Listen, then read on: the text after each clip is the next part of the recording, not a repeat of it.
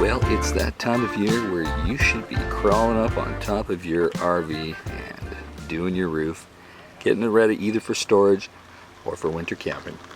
Because those winter rains and storms and snow take a beating and you don't want to get a leak. And the funniest thing that I encounter when I talk to people about this, I still to this day, I had somebody 2 days ago tell me, why would I get up on my roof and put caulking on? My RV's only 5 years old. I find that hilarious because these things can even leak in their first year. If you're unlucky or there's a manufacturing defect, or I don't know, maybe even if a hole got poked through by a tree. Got to remember, most of these roofs are just rubber, and rubber's not perfect. Now that bare section you're seeing on the left side of the air conditioner, that's there because it's quite hot here during the day and there's water running out of the air conditioner as it's supposed to. And obviously I cannot apply roofing materials while water is leaking off. So I have to pick a perfect time when it's dry in the day, when I'm not running the air conditioner, to do that.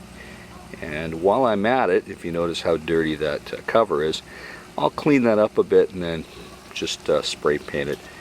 Rather than replacing the cover, I find you just go buy yourself a can of white spray paint and spray paint it nice and white, reinstall it, and it looks good for another 2 years. They sure get dirty quick though. Now as for vent covers, I usually replace one every couple years. This one I think has got this one of course is getting near the end of its life. I'm not going to do it this year, but next spring I'll throw a new one on. I find with the sun and the vibration, they definitely get fragile and brittle, and eventually they could leak. Now if you're new to RV roof maintenance, make sure you pick up the right stuff. Dicor has some self-leveling compound that's specifically designed for RV roofs. That's stuff you need to get. You're going to need at least 2 tubes for an average RV. If you have a big one, you may need 3 or 4. Make sure you don't get the stuff that's designed for the sides, because the material that you would use on the roof is different than the caulking material you will use on the sides. Because if you use the self-leveling stuff on the side, it will ooze and run down the wall of your RV and make a horrible mess, and you definitely don't want that to happen. And if you're in doubt on what you should actually caulk with your Dicor roofing material, do everything. Every hole, every screw, every vent cover, every possible leaking area where a hole or a fixture or an appliance or an antenna has been installed, to make sure that you minimize any potential chance of a leak. And unless you live in the Sun Belt, the time to do it is now. I always have to do it in August because the weather turns to rain in the fall and the material doesn't cure fast enough between rains. Sometimes even the temperature isn't warm enough for it to cure quick enough. So you gotta just get up there and get her done in August, and always mentally just budget a day to do that. And you'll feel a lot better for doing so when that heavy rain hits in November. If you guys recall, when I first bought my RV 5.5 years ago, my first fall, I had a leak in the corner, and it was November when I discovered it. And unless I rented a warehouse with a tall roof for 3 days so that I could do it and allow the material to cure, I was going to be in for a big repair bill with all the damage that it would have done. So I actually had to tarp it for about 6 weeks, and then I drove down to Happily Houseless's place in Tucson, Arizona, and did the roof there. And if I didn't make the trip down there, I would have had to wait till spring with a tarp on my roof, which when the wind's blowing pretty heavy,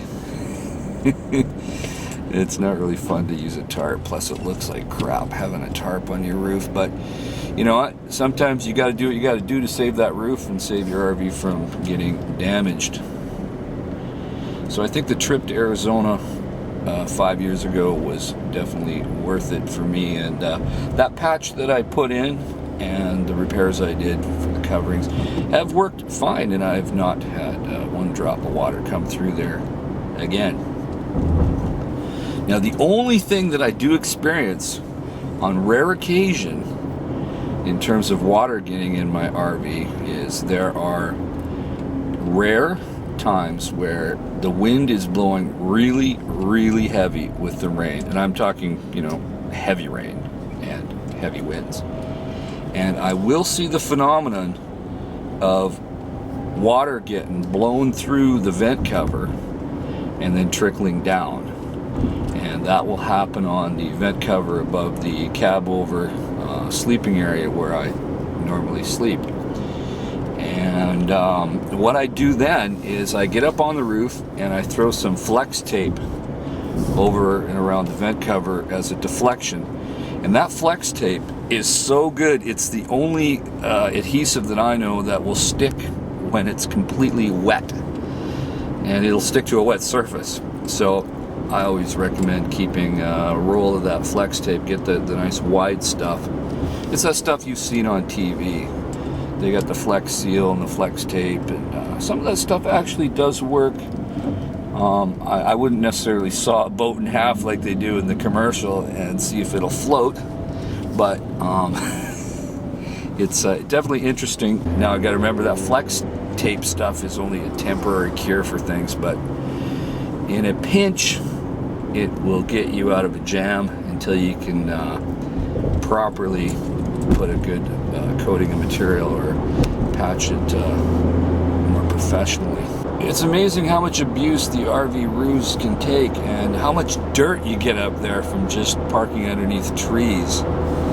It's quite amazing. And if you think about how much flexing your RV does as you're driving down the road, you know, not only is 60-mile-an-hour winds pushing against it, but as you drive, the whole vehicle is flexing in every direction. And that's what leads to a lot of separation of materials. And of course, water can find any little hole to migrate through. And once that water's in there, it starts a horrible process of rot. So if you're ever in the market for an RV and you ever smell any mildew or mold, walk away, no matter what the price. Unless you are a very skilled craftsman and have the ability and time to gut the RV and repair the damage properly, I wouldn't touch any RV that had any mold or mildew smell whatsoever. That's just me. So anywho, I'm off to do a little bit of shopping today. And we're on the cusp of the last big hurrah for camping, which is the Labor Day weekend, where everybody just comes out and gets hammered, drinks a lot of beer, burns a lot of wood, and then hunkers down for storing their RV up here in Canada, except for the small number of Canadian nomads that go south in winter.